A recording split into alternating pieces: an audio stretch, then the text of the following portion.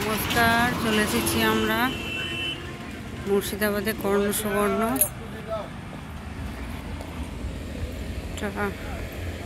শশাঙ্কের রাজধানী ছিল কর্ণ সুবর্ণ, যার ভগ্নাবশেষ এখনো রয়েছে এবং ভিতরে গিয়ে দেখা যাক কি আছে এখানে।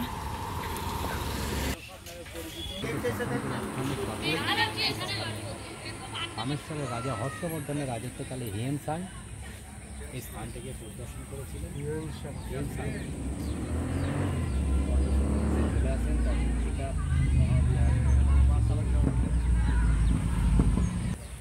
শয়তানের ঢিবি এবং রাজা কর্ণের প্রাসাদ নামে পরিচিত ঢিবি কর্ণ সুবর্ণ। আচ্ছা, এটা ঢিবি বলছে আর কি।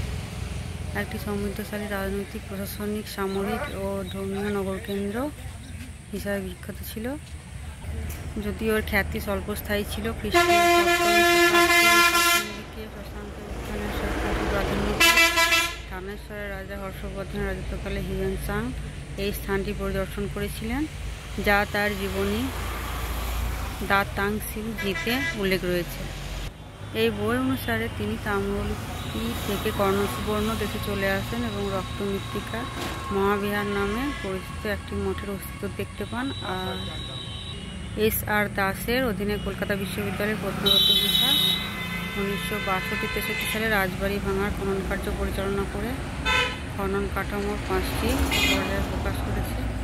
বিভিন্ন প্রত্নতাত্ত্বিক অবশেষে এই স্থানটি পোড়ামাটির শিলমোহর মূর্তিটি উদ্ধার করা হয়েছে, যা তৃতীয় এবং চতুর্থ এবং ষষ্ঠ সপ্তম দশকের মধ্যে রয়েছে।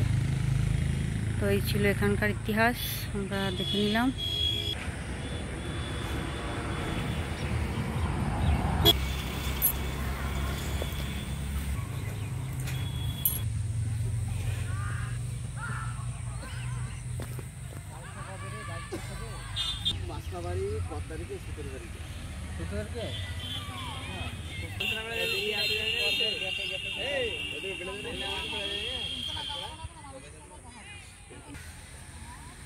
এই দিকটা দেখা হয়ে গেল, চলুন ওই দিকটা যাই। পরন্ত বিকেল, সূর্য প্রায় অস্তাচলে, এই সময় আমরা ঘুরতে এসেছি কর্ণ সুবর্ণ। দেখি, এটা হচ্ছে কুয়ো নাকি? এখানে গভীর নয় তো, বন্ধ হয়ে গেছে। কুয়ো ছিল আর কি, মানে খনন করে এইটুকুই পাওয়া গেছে, আর খনন করেনি। এরকমই দেখছেন জন্ম থেকে, মানে এর বেশি খোঁড়া হয়নি বেশি। আপনার ওই তখনকার দিনের এইগুলো দেখে বোঝা যাচ্ছে কুয়ো ছিল এক মনে হয় আগেকার এটা।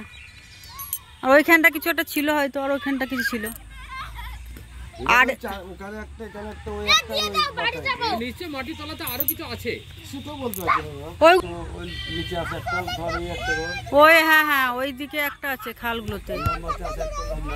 হ্যাঁ হ্যাঁ, থেকে চলে এলাম এই দিকটা। দেখি বিভিন্ন জায়গা খনন করে ছোট্ট ছোট্ট ঢিবি উদ্ধার হয়েছে। এই যে একটা ঢিবি, এখানে একটা ঢিবি, আর ওই দূরে। তো এই ছিল আমাদের কর্ণ সুবর্ণ। তো রাজা শশাঙ্ক রাজধানী আমাদের ঘোরা হয়ে গেল। তো হ্যাঁ, তুলে নি দাঁড়াও। এখানেই ভিডিও শেষ করছি, আশা করি আপনাদের ভালো লেগেছে। এই যে চিল উড়ে যাচ্ছে, ভালো লাগলে অবশ্যই লাইক শেয়ার